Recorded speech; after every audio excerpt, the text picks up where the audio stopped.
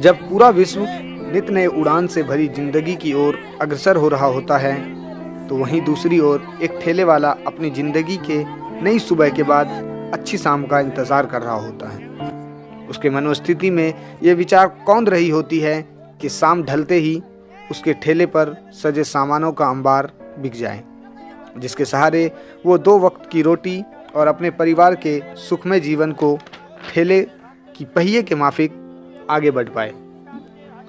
शहरों और महानगरों के चकाचौंध से दूर इस शहर में दौड़ती जिंदगी के बीच अपना पेट पालने और अपने बच्चों के जीवन के पहिए को सही दिशा में दौड़ाने के लिए एक साधारण सा परिवार ना जाने दिन में कितने लोहे के चने चबाता है।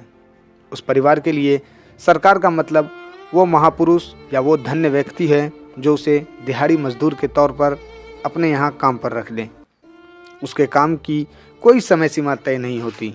हर रोज़ 2 वक्त की रोटी के लिए कठिनाइयों से 2-2 हाथ करके 4 पहिए वाला ठेला चलाता है। क्या उस मजदूर के शरीर को हर रोज़ उतना ऊर्जा मिल पाता है जितना उसे ठेले को खींचने के लिए चाहिए? ये एक मौलिक सवाल हम सब के सामने है। क्या उस परिवार की सालाना आमदनी उसके सालाना खर्च से ज़्यादा है? साथ ही साथ इस भागदौड़ भरी ज़िंदगी में वो अपने बच्चे के भविष्य को लेकर कितना उत्सुक और प्रयासरत हैं। यार पुलिस तंग कर रही है यार मेरे, और क्या कैसी परेशानी होगी यार। पुलिस कब कब आती है? पुलिस आने से पहले कुछ बताती है? बताती हो, मारती है तो मारती हो, क्या क्या बताइए, क्या भगा देती है सबके लिए। तो आप लोग जिसको वोट देते हैं ओखला में, वो आपको ठेला लगाने के लिए जगह नहीं मुहैया करा रहे हैं? यहाँ कोई जगह नहीं। कौन है आपका एमएलए?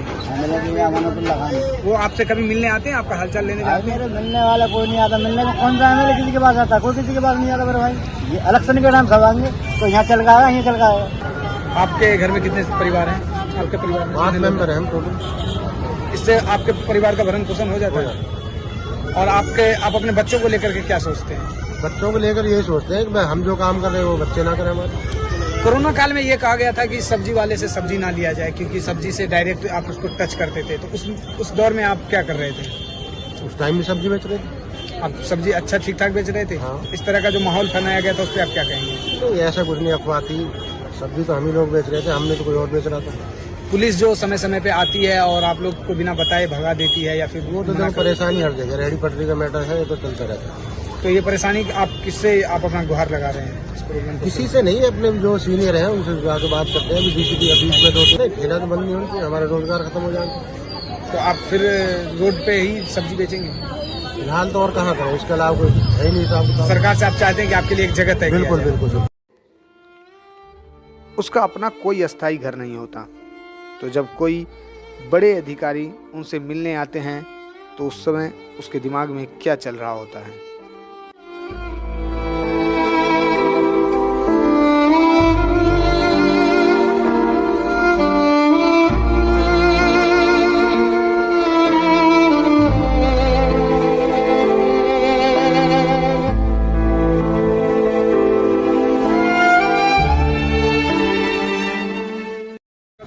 ये डर रहता है कि पुलिस आएगी और बिना नोटिस के हटा देती है। आप लोग को कभी इस तरह का झेलना पड़ता है? कब झेला पड़ता है? अभी तो कुछ ज़्यादा ही झेलना पड़ रहा है। ये समझ लो अभी हमको 3 महीने बंद करना पड़ा दुकान। उसके बाद अभी मुझे 15 दिन हुए जब दुकान लगा रहे। वैसे मेरी लगती है 15,500 रुपये। क्योंकि ये भीड़ भाड़ वाली दुकान है, तो जो कोरोना से पहले जो भीड़ आ रही थी वो अब भीड़ आना शुरू कर दिया, या फिर कोरोना में आप लोग किस तरह से आप लोग को कुछ नुकसान? कोरोना के बाद तो सब मैरिज हो गया, सब अपना मेंटेन हो गया था। बीच कोरोना के पीरियड में कैसा रहा था? कोरोना में तो बंद ही रहा। उस समय आप इसके अलावा क्या कर करके अपनी रोजी रोटी कमाते थे? इसके अलावा तो फिर हम गाँव चले गए। गाँव में तो वहाँ छुपे हुए रहते थे, क्या नाम है, वहाँ भी बाहर नहीं घूमते थे। गाँव में जैसे रूल्स बना रखे थे उस रूल्स को फॉलो कर रहे थे। आपके परिवार में कितने आदमी हैं? हम परिवार में जी, मेरे परिवार में एक वाइफ है, एक छोटा बेटा है। तो आपको क्या चाहते हैं कि इसी में आप अपना देखना चाहते हैं? आप अपने बच्चों को लेकर के क्या सोचते हैं? हम अपने ये है कि हम लोगों का तो इधर कट जाएगा, पर हम अपने बच्चों को पढ़ाएंगे, दिखाएंगे, कुछ और कहीं और बिठाएंगे। कहाँ गरीब आदमी रोजगार है, मजदूरी करने जाओ तो ठेकेदार लोग पैसे नहीं देते। अब तो दिल्ली में मजदूरी भी बंद है प्रदूषण की वजह से। हाँ बंद है, तो सारे बंद है। आप लोग क्या चाहते हैं, क्या होना चाहिए? बढ़िया काम होना चाहिए यार, गवर्नमेंट बढ़िया काम कर रहा है, गरीब आदमी को योजना लगा ला तो सही भी है।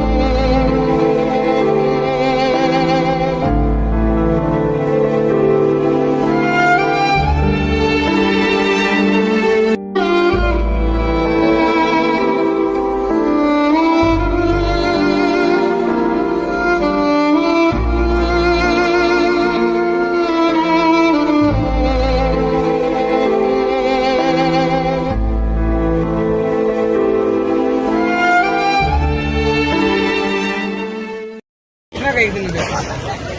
इतना ही दिखता है यार, तो कारोबार रोज के कम बत्ती दिखते हैं नहीं तो आपको तो ये होगा ना, एक दिन में कितना कम से कम? यार 500 रुपये कमाई लेते हैं।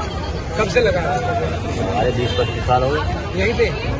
कुछ आप लोग की स्थिति में बदलाव आया है? जो 15 साल के पहले का बटला हाउस था, आज बदलाव क्या आएगा? वहाँ के यहाँ के लोग बदले, यहाँ के लोगों के माहौल तो बदलता ही है क्या, तो जैसे पहले था वही है। पहले तो यहाँ जंगल था। मैं इससे बात कर रहा हूँ कि आप इससे पहले कोई और कारोबार तो पहले से कम है। कारोबार पहले से- क्या कारण है कारोबार का? अब वो तुम जानोगे आपको क्या लगता है? महंगाई और क्या है। महंगाई बहुत है, और इस महंगाई में जब पहले लोग 20-30 रुपए 40 रुपए किलो बिकते रहे, अब बिकते 100 रुपए किलो। और इस महंगाई में जब लोग मोल करते हैं तो उसमें कैसा लगता है? मोल तो करेगा ही भाई, जो लेना हो तो मोल करेगा ही। मान लो जिसके 10-12 बच्चे हैं वो 1 किलो थोड़े गुजारा हो जाएगा उसका। आपका प्रोडक्ट कहाँ से आता है? आजाद पूछ रहा है। अजयपुर मंडी से। ये बताइए, सरकार जिस तरह से आप लोग के लिए ये कह रही है कि हम तय करेंगे कि कितना रेट होगा, तो उससे आप सहमत हैं? हमें क्या दिक्कत है? 80 रुपये या 60 रुपये, हमें क्या दिक्कत है? अब भी रोजी रोटी भी मिलेगी। तो सरकार तो ये कह रही है कि रोजी रोटी के नाम पर हम 5 किलो फ्री अनाज भी देंगे, आपको मिलता है वो? तो मिलता ही है, तो जाएगा। आप चाहते हैं वो आगे बढ़ता रहे? उससे क्या फर्क पड़ रहा है? आपको कोई फर्क नहीं पड़ता? आप नहीं लेते होंगे? अरे मजदूरी वाले को कोई दिक्कत नहीं है, होगी बड़े वाले को दिक्कत, हमें क्या दिक्कत है? देखो जो गरीबी के हैं गरीबी में रहेगा।